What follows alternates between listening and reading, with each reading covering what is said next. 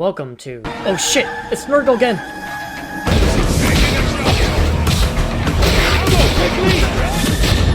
No stopping me! Your wrath is nothing to my great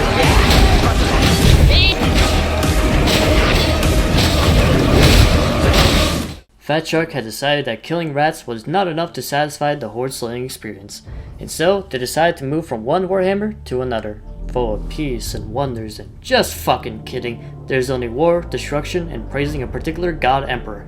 Just don't mind the fact that the man is literally a skeleton on the throne, just don't worry about it.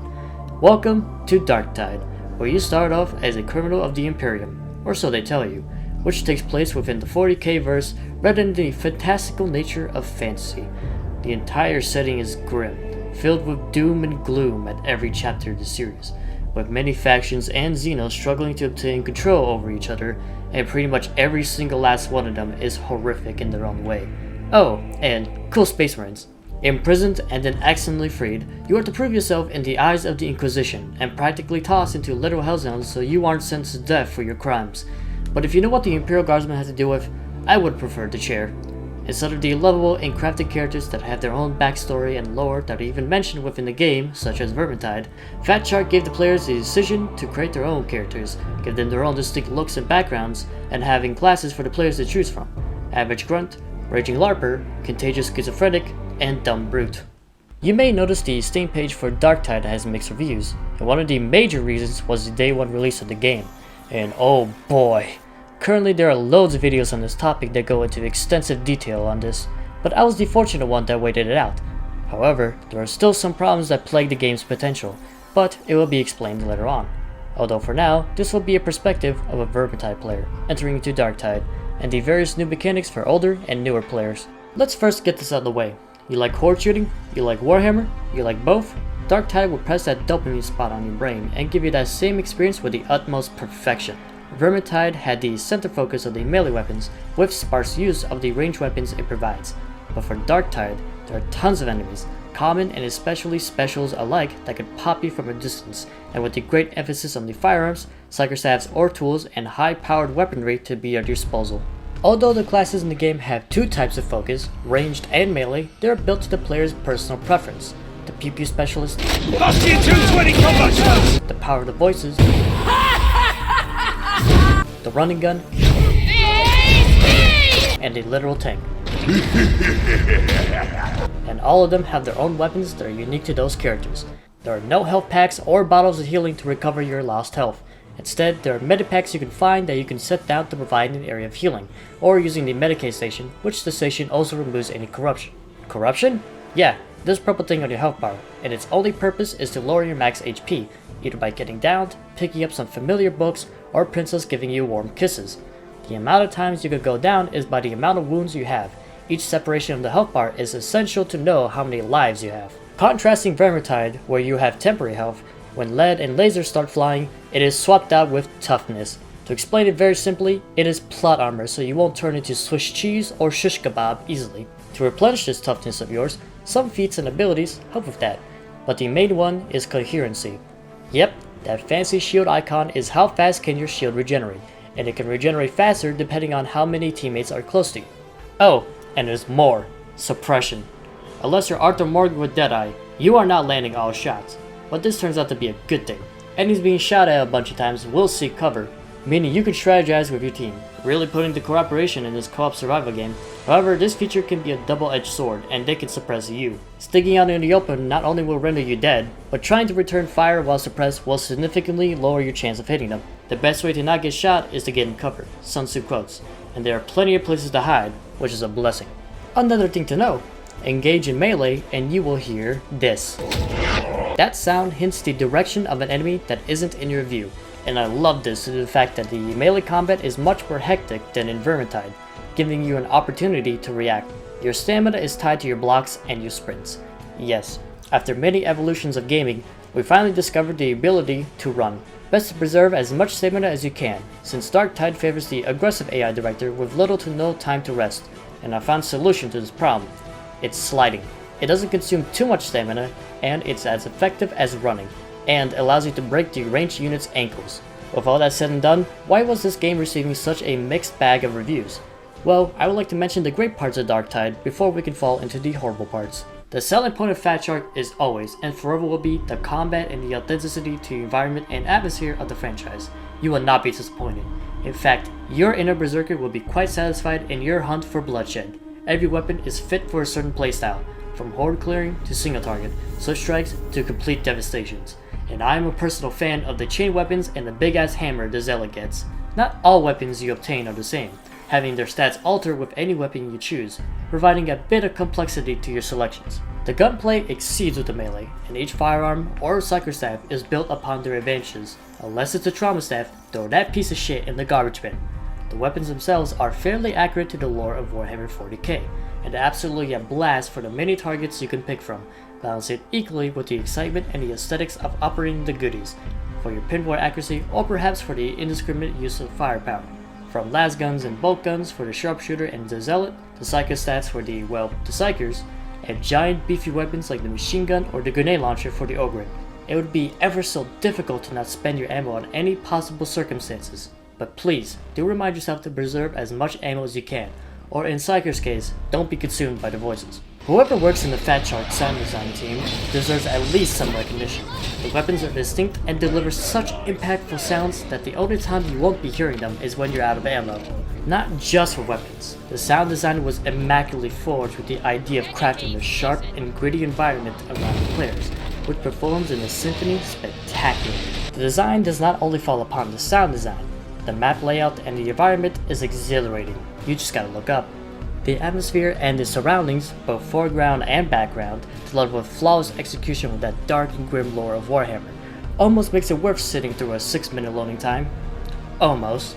Every inch and every possible location developed with great effort of describing the Warhammer 40k world, while still being multilayered with its missions is a great feat to accomplish. Details like this are also created for the enemies you will encounter, and many of them are unique with their own looks and behavior, as well as their interactions with the players, although some are designed much better than the others by their balance. However, they are so recognizable you can deal with them properly and plan ahead, alongside their own sound cues. Now that should be enough about the positives, time to rip this banding off and get to the harder problems of this game. Do yourself a favor. Get some friends, use the quick play, or wait in the lobby, but do not play with a team of bots, or have any bots at all. The first problem is that the bots are automatically the veteran sharpshooters. No zealots, no psychers, and no ogrins, meaning a lack of variety in the bots. Usually sharpshooters are excellent with dealing with special enemies, and their ability is fantastic for not only dealing massive amounts of damage against non-ogrin enemies, but they can expose the specialist locations. So what's the issue with sharpshooter bots? To start, they don't rely on their abilities, and there are rare occurrences when they use it, so they never take the advantage of their ability. Also, if you wish to use them at their best intent, you have to stay back, and typically they love to cluster around you and run straight into your line of fire. The melee engagements in addition is just a pain to deal with the bots. They will not let go of the melee encounters until you get them to keep their distance or all the enemies are dead, which is good for horde clearing. However, once you go down and they are stuck in the close quarter combat, they will prioritize just swinging whatever weapon the game gives them over the revival of the player, even if there's just a couple of enemies to deal with. Plus, they don't even get to wear any other cosmetics or better gear throughout the player's level and difficulty on the map, and are enforced to wear the prisoner's garment with the weapons you get in the early stages of leveling up. If there was a way to customize the bots not only for their cosmetics but also their weapons and classes, or maybe even an improvement of the AI, that would be a huge step forward for the game. Upgrading items comes at the cost of 2 materials, plasteel and diamantine, that can only be attained during the missions as pickup items, and promotes individualistic play over a team effort and to a degree supports the scalping room materials. But this shit gets worse. And even though I praise the developers for their map quality and the eye-catching environment, the quantity of maps is, let's just say, obviously lower than Vermintide's larger category. To compare maps, Darktide as of right now has a total number of 14 missions. Alas, some of the missions have the same map but achieved in opposite directions, and with the curse of feeling samey. The base game Vermintide 2 has only 13 maps, which isn't a lot until you start including the DLCs, reaching to 24 maps, and all of them are vastly different from each other with clear distinctions and layouts that are pleasant to admire. And as a Vermintide player, it is quite sad that Darktide does not have the same map differences that Vermintide offers. This doesn't even account for the core mission gameplay loop, which has barely any variety, if any at all, It just carries that redundant and forgettable experience due to the fact that the design and the layouts are way too linear. The paths always lead to the same direction, making exploration unexpired and grants little to no rewards other than to complete the side objectives in the game. Even with the many awful decisions and design choices this game has, I found incentive to just add minor complaints for things that didn't really seem too bad, but would have been nice. I'll throw in my own suggestions or ideas this game could possibly benefit from, or just from my personal ideas. The individual weapon customization is lacking. It would have been nice to have. Considering some weapons are considered less or more useful depending on their site is a glaring issue. Of course, I don't mean having tactical ones, rather just simple ones like scopes or sights. If crafting is going to be intermittently added or postponed for a long period of time, just let me be able to put some stuff on the weapons. That's not to be mind-blowing, just enough for me to feel comfortable with the weapons I am forced to either compromise or deal with due to the random chance of the shop. It'd be nice to also have some map interactions between the player and the NPCs. You would see various guardsmen or inquisitorial enforcers just standing around or in the background, or even in spots where they should be providing covering fire, doing nothing. It just lessens the feeling that you're working within a bigger organization, even when in the grand scheme of things, you're just cannon fodder for the Inquisitor. It would be pretty neat if there were other Chaos Gods utilized than just Nurgle, along with the diverse minions and Chaos spawns associated with them. Hell, there's plenty of opportunities to be had when and if Nurgle were to use even a fraction of his Chaos forces when it comes to the possibilities with enemies. Even then, whenever it would be the Warband Renegades of Khorne, down to the devious Slaaneshi Daimonids. And hey, there are rogue traders that merely fight for their interests of their world, or traders' intentions against the Imperium that aren't even Chaos related. As such, it's somewhat saddening to see this underutilized potential the entire universe provides, but it is very possible for this to change if they decide to make expansions on this. Let us not forget the attempts of crafting a story for this game. The story goes a little like this.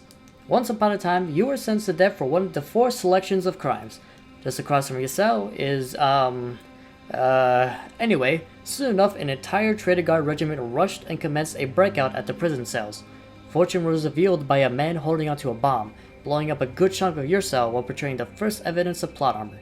Here comes the second though, as the Traitor Guards just spare you. After this event, the guardsman that was freed and simply had an implied important role within the story practically doesn't reappear. Along this, you're just doing minor missions within the grand scheme of things, which really makes this game feel like a prologue rather than a fleshed out story of sorts. Which, if through expansions, will probably be elaborated on, but as its current state, it just seems underwhelming and repetitive. Although I do appreciate you're treated as cannon fodder and build yourself up. Nothing else rather than small NPC dialogue really changes, and the missions stay typically the same. The most vicious thing they've ever done to the NPCs is that, well, just take a look at their helmets. A low gander at the brim, and you can see that they're chipped.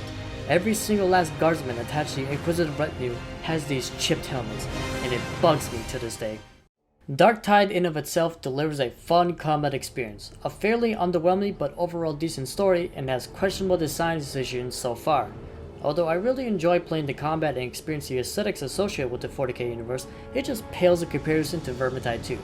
I only wish for Darktide to have more of the enriched and creative stories, backgrounds, and missions that would love to be added. For example, there could be a mission where you are infiltrating in a battlefield. Something as simple as this could be the most engaging for players, making you feel like you're a cog in a machine immersed in a great hive city tertium, rather than some sort of a lucky main character doing random chores for a tech priest. Can you not even manage a simple task? Try again. If you still favor the gameplay and don't mind the inconsistency, then this game could be on your wish list. However, for the others, I would advise to wait for either more updates, especially related to the crafting system, or perhaps an expansion pack. I give this game 1 Ogryn out of 10 Psychers, and if you enjoyed this video, I would like to say thank you, and see you on the next video. And remember, for the Emperor! Or something.